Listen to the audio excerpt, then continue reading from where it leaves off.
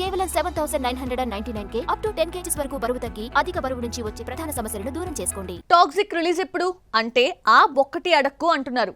Cinema shooting పూర్తయినా రిలీజ్కి నోచుకోవడం లేదు.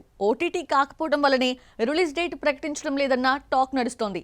Cinema director Geethu Mohan Das birthday సందర్భంగా విడుదల చేసిన స్పెషల్ వీడియోలో కూడా విడుదల తేదీ ప్రకటించలేదెందుకు? ఈ మధ్య కాలంలో టాక్సిక్ పై వచ్చినన్ని విమర్శలు మరొక సినిమాపై రాలేదు. గ్లిమ్స్ వచ్చినా, టీజర్ వచ్చినా చర్చ జరగాల్సిందే, విమర్శలు ఫేస్ చేయాల్సిందే. ముఖ్యంగా డైరెక్టర్ గీతూ మోహన్ దాస్ ని టార్గెట్ చేశారు.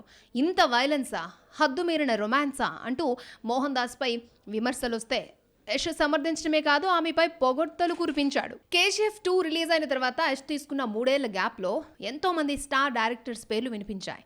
ఎట్టకేలకు లేడీ డైరెక్టర్ గీతూ మోహన్ దాస్ కు ఛాన్స్ ఇచ్చి యష్ షాక్ ఇస్తే గ్లిమ్స్ టీజర్ తో డైరెక్టరే షాక్ ఇచ్చింది. విమర్శల నడుమ లేడీ డైరెక్టర్ గీతూ మోహన్ దాస్ పేరు హైలైట్ అయింది. లేడీ డైరెక్టర్ అయ్యుండి ఇలాంటిది తీస్తావా అంటూ సోషల్ మీడియా మండిపడింది. గీతూపై ఎందరూ ఎన్ని నెగిటివ్ కామెంట్స్ చేసినా యష్ మాత్రం తెగ మెచ్చుకున్నాడు. సినిమాకాన్ ఈవెంట్ లో టాక్సిక్ రొమాంటిక్ సీన్స్ పై యష్ మౌనం వీడాడు. సాధారణంగా గ్యాంగ్స్టర్ మూవీస్ మేల్ డైరెక్టర్సే బాగా చేస్తారనే భావన ఉందని, కానీ ఓ మహిళా కోణంలో చూపించడం, గీతూ ప్రెజెంట్ చేసిన విధానం చాలా డిఫరెంట్ గా ఉందన్నాడు యష్. సినిమా సీన్స్ గతంలో ఎప్పుడూ చూడని విధంగా ఉంటాయని, అన్ని రకాల ఎమోషన్స్ ను లేడీ డైరెక్టర్స్ ఇంత బాగా ప్రెజెంట్ చేయగలరా అని ఆమెతో జర్నీ చేశాకనే తనకు అర్థమైంది అన్నాడు. మార్చి 19న రావాల్సిన టాక్సిక్ జూన్ 4కు వెళ్లి మరొకసారి వాయిదా పడింది. రిలీజ్ ఎప్పుడా అని ఫ్యాన్స్ ఎదురు చూసినా మేకర్స్ మాత్రం మౌనంగా ఉన్నారు. గీతూ బర్త్డే సందర్భంగా రిలీజ్ చేసిన వీడియోలోనూ విడుదల తేదీ ప్రకటించలేదు.